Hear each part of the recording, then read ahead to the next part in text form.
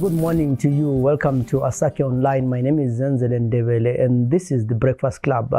It's been a while since we did an interview, sat down and talked to people, and it is because we always out, documenting history, talking to communities. Something interesting is always happening. But today we are with David Coltart. He's a lawyer, he's a human rights advocate, he's a politician, he's a former minister.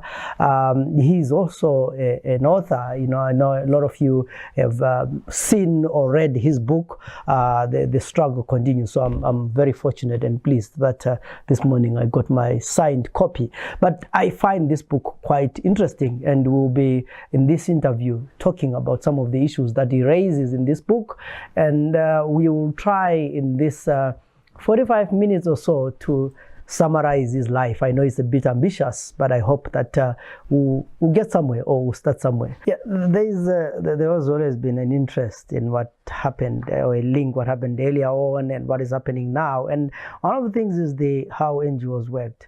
When the church, the Catholic Church, and some NGOs produced the Catholic Church produced the pastoral letter. And there were reports by the NGOs and other guys. I remember Mugabe said something like, the Catholic Church were like a band of Jeremiahs working with dubious, civil society organizations. And right now we are talking about the patriotic bill, the NGO bill. Why is it that our government always feels threatened by the church or civil society? Well, most tyrannies are threatened by the truth. And so when you have a church standing up for the truth, it completely undermines their propaganda game.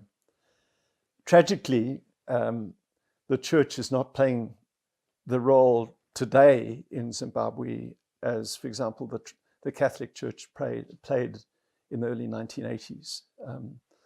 Archbishop Henry Carlin are one of the true heroes of this country, because he had the courage to stand up against the regime, supported by people like Pius Ngube and many others. Some of the relatively unknown Catholic priests who were incredibly brave in 1983 were primarily responsible for exposing what was going on in Madabeleland. But today, sadly, because I'm a Christian, I believe it goes to the core of my belief system. I'm deeply concerned about the silence of the church in standing up against the gross human rights abuses that we still see taking place in our country. You get involved in politics, you become an MP, but also within the MDC, then we see around 2005 the split and, the tribal relations and all those kind of things. What was your experience with that? How did that affect you, or, Well, 2005 goes back to something I raised earlier on, ironically going back to my experience as a police officer. I came out at the end of the war believing that violence only creates more problems. And in 2005, I started to see the emergence within the MDC of certain violent tendencies that didn't go to the core of the organization. But I started to see a blind eye being turned to violence within our own ranks. And I simply didn't want to have anything to do with that. It wasn't the only issue, but for me, it was a very important issue. So my decision to go with Gibson, Sibanda, was not so much, although partially it was because I come from Madabeleland and they were my closest friends, but mainly it was because I didn't feel that Morgan Tsvangirai was taking violence seriously enough. And I still believe the same today. I do not believe that the means of overthrowing the current tyranny will be achieved through violence. Because aside from the moral aspect to it, never play to your opponent's strength. And ZANU-PF has always used violence. It goes to its very core of its belief system. it's worked very well for them. But they like using violence, and they encourage others to use violence against them because they know that it's always worked for them. And we've got to change that.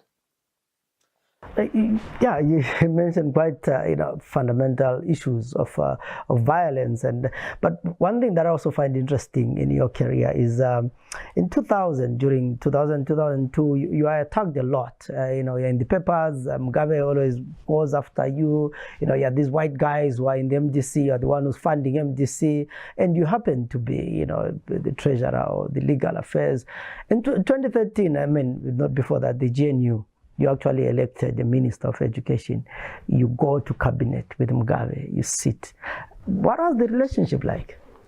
Well, it started out very tense. You can imagine. Mugabe and I have got a checkered history, because going right the way back to 1981, when I was chair of the Zimbabwe Society, the organization representing Zimbabwean students at UCT, I had been promoting the New Zimbabwe, and we'd had a series of focus on Zimbabwe weeks, trying to bring Zimbabwean ministers down to persuade Zimbabwean students to return home at the completion of their studies. And the apartheid regime didn't like that, and actually banned the meetings that we had set up.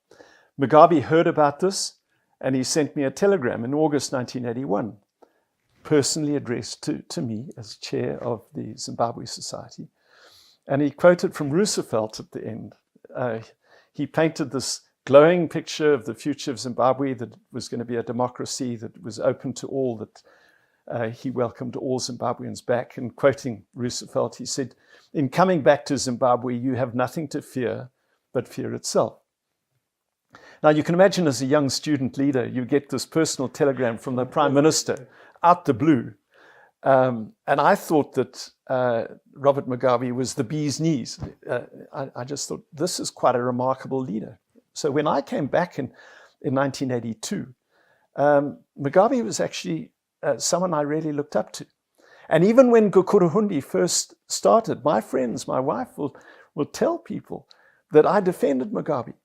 I said, I can't believe that this is Mugabe. It can't possibly be directed by Mugabe. These must be renegade people underneath him. And yet, through the 1980s, I eventually realized that actually Mugabe was the mastermind, was deeply involved in the planning of Gukurahundi. And of course, when Breaking the Silence was published in 1997 with the Catholic Commission for Justice and Peace, there were two key actors involved in the publication. That is the Legal Resources Foundation, which I was a trustee of, and the Catholic Commission for Justice and Peace, whose director then was Michael Redd. And soon after Breaking the Silence was published, it annoyed Mugabe, as you can fully understand, intensely. And he went on national television and singled out Michael Redd and myself, saying that we were enemies of the state, that we were trying to destabilize the country. That was then followed in the 2000s with 4 attempts on my life, which I all ultimately blamed Mugabe for, because he was president at the time. So you'll appreciate that when I became minister in February 2008, it was with that backdrop. And Mugabe, of course, felt as well that I was one of the mainstays of the MDC, and so he didn't particularly like me. In fact, he tried to persuade Arthur Mutambara, the head of the MDC-M at that time, not to have me. He said, "You can't have a Minister of Education who's a lawyer." He tried to use my profession against me, but to give credit to Gibson Sibanda and Arthur Mutambara, they stood their ground and insisted that I become Minister of Education. So we get into cabinet, and of course it's all very tense and remained tense for months. But then almost imperceptibly, things started to change between us. And it was caused by education. I realized in cabinet and in cabinet debates that Mugabe actually was genuine about wanting Zimbabwean children to have the best education possible. And then I think Mugabe himself began to realize that I too had a heart for education and children. And that despite what he'd been told about me being a Selous scout and everything in the past, that actually the two of us could work together. And so although we clashed on a whole range of other issues, when it came to education, and certainly by the end of my tenure as Minister of Education, Mugabe was my chief backer. And he backed me in some pretty sticky political moments. In around about 2011, I'd been working very closely with UNICEF in the publication of textbooks. And the hawks within cabinet, my own protagonists, were trying to stab me in the back at every possible opportunity.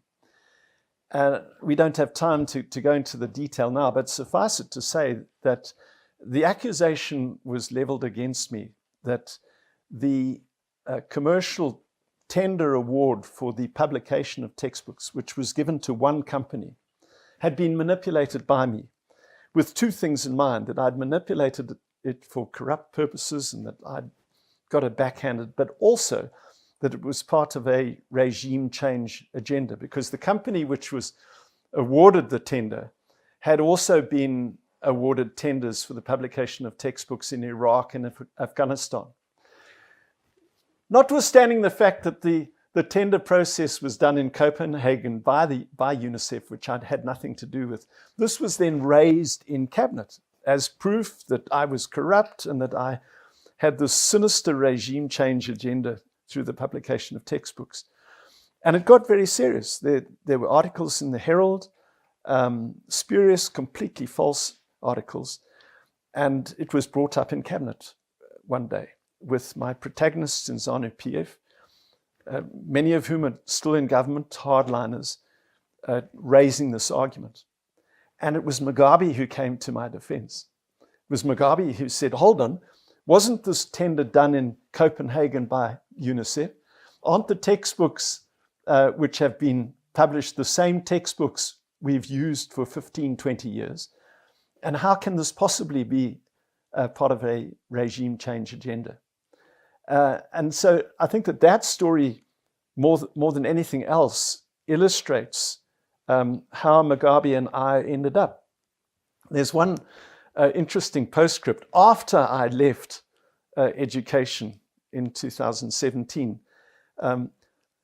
we, if you recall, had not the All Africa Games, but the youth games. And I'd managed to get them to come to Bulawayo.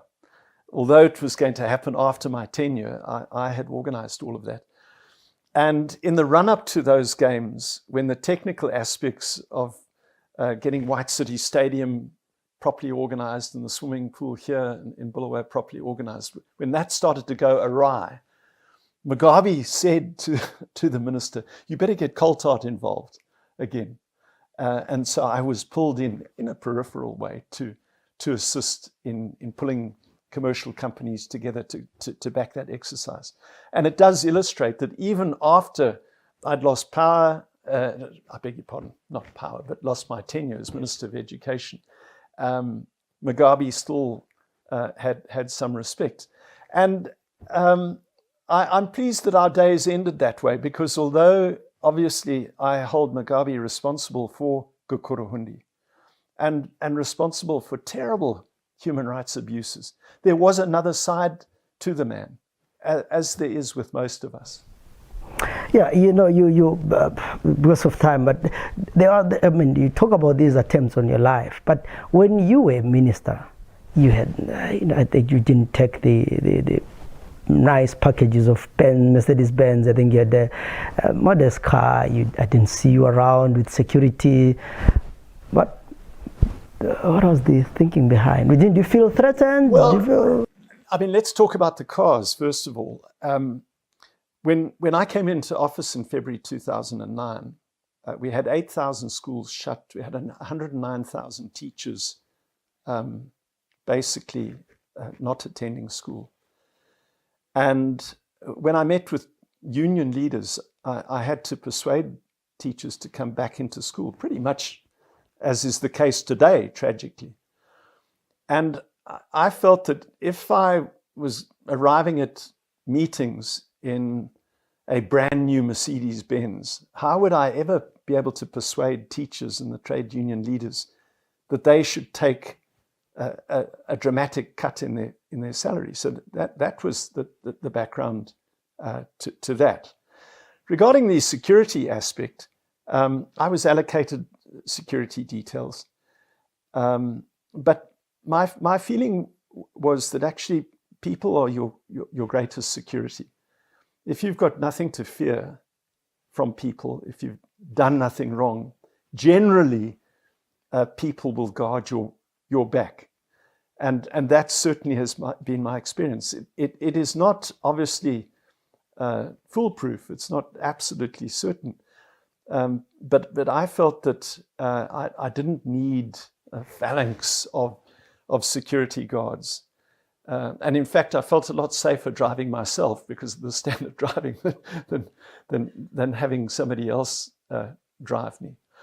There's a very interesting example. If you look at Zelensky now in the Ukraine, he's got the Russian army attacking him. And yet with Zelensky today, you see remarkably limited security around him. And I think it's because the people back him. And that's where we have to get our politics to in Zimbabwe. It comes back to this core issue of violence. We have to draw a line in the sand of violence. And one of the ways of doing that is by demonstrating that we don't fear the people and that we've got nothing to hide, which would warrant them wanting to take our lives. Did other cabinet ministers ever, learn anything from you that you don't need Mercedes-Benz and the four-wheel drive and another car, or they just thought this one doesn't know how to eat? Well, first of all, it's important to get the truth. I did get a four-wheel drive. I needed a four-wheel drive if I was going to get to rural schools. So I took the four-wheel drive. The only car I did not take was a Mercedes-Benz because I felt that was just, it created the wrong impression in the minds of teachers in particular. And yes, there were several other cabinet ministers who did not get as assimilated by ZANU culture as some did. I'm not going to name names because inevitably if you name names, others will say, well, why didn't you mention me? But there were others who weren't surrounded by security guards and who tried to live a more simple life than was the custom. We are in 2022 and Zimbabwe seems like 2008 or 1983. But what's our way out of this?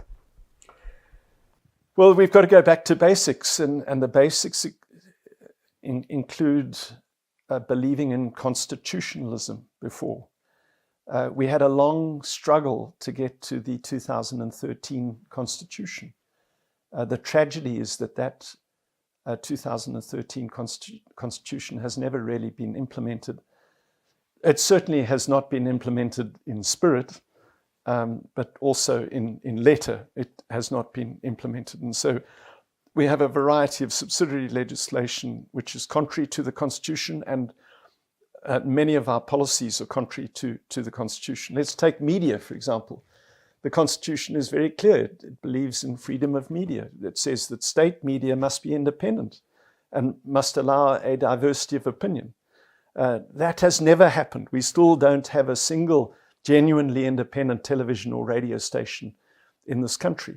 And we see recently journalists like Jeff Moyo and others still being harassed. And I'm sure that your own organization is subject to surveillance and does not enjoy the media freedoms that the Constitution allows. So constitutionalism is critically important. As a nation, we have to say we agreed on a constitution in 2013. It was a huge struggle to To get that, it cost a vast amount of money, and many people actually lost their lives to get that constitution. We have to go back to the original 2013 constitution before these amendments were introduced, and we have to implement it in letter and in spirit. That's number one. Number two, and it's tied to the first point, is we have to respect the rule of law. We have to restore independence to the courts, to the police service, to the entire law enforcement administration of our country. Because for so long as we have one law which is applied to some and other laws which don't apply to others, for as long as we have that, the social fabric of our country will be destroyed and progressively destroyed. Then thirdly, we have to recognize the role of violence in our nation. The war is lauded in our country, and I understand why it is lauded, because of the intransigence of the white minority regime in the 1960s and 1970s, which made war inevitable. But war can never be lauded. Violence can never be lauded like that. One needs to recognize, we all need to recognize, that a line in the sand must be drawn, that violence must be cast into the dustbin of history. And until we do that, and it has, you can hear even in this interview, I tried not to speak about the CCC or the MDC or ZANU-PF. These are national issues that we need to address. Everyone needs to renounce violence. And tied into that, anyone who employs violence must be prosecuted vigorously. Then fourthly, we need to have a radical national debate regarding our budget priorities. And I want to raise three issues: education, health, and housing. In my view, those are the three critical factors facing our nation today: education, health, and housing. The great tragedy for me of the last 10 years is the fact that our education system has started to go back to the absolute chaos of 2008. In fact, some might argue it's even worse.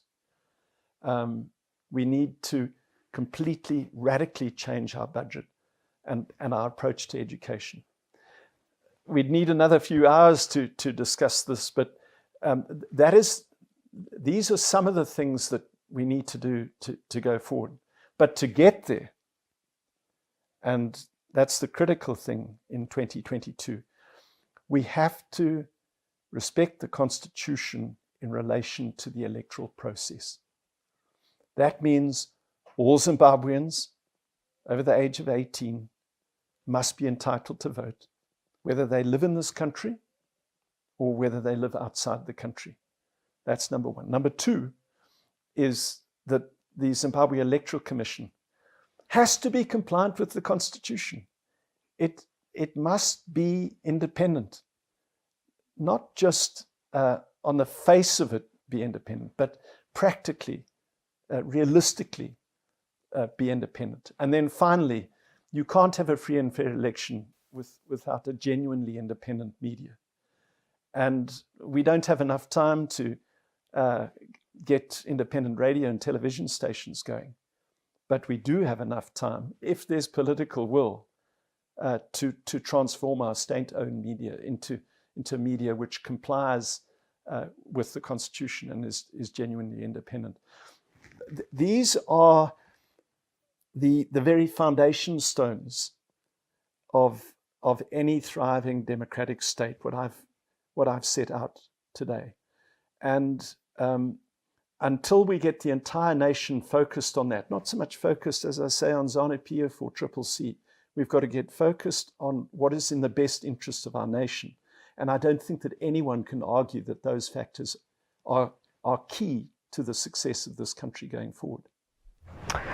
And my last question is, we have elections next year. What's your future in politics? Are we going to see you contesting, or what's your future in politics? So I had thought that I had pretty much retired. I've got 7 grandchildren now. I'm blessed in that all our children are in the country. And I really enjoy being with my children and my grandchildren.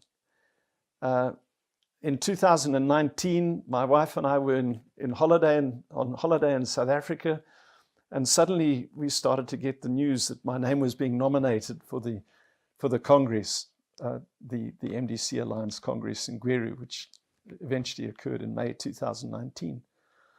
And eventually I got a majority of nominations, and I went to that Congress and was voted in. And so I said to the Lord, what are you saying to me? Are you saying that I must come back into politics? And I took that I should go back in. I believe that my role is not to lead from the top, but to assist the younger generation take over the reins of power in this nation. I say to my children that I don't believe that my generation can change Zimbabwe for the good. I think that my generation, right across the political spectrum, right across the racial spectrum, is too affected by the war. It has poisoned all of us. It has undermined our judgment and our capacity to take this country forward. So I don't see myself in that political leadership role, but I do see myself in a supportive role for the younger generation. If I can be partisan for a moment, I have a lot of hope in Nelson Chamisa, because in him and in his generation, I see people who look forward, not backwards. And that's what the nation needs. We must never forget our history, but we must learn from our history so as not to repeat it and look forward. So in essence, to answer your question, I'm not sure. I remain committed to Zimbabwe. I'm not going anywhere. And if my party want me to play a role, then I'm prepared to play that role. But you won't see me fighting with others to force my way to the top.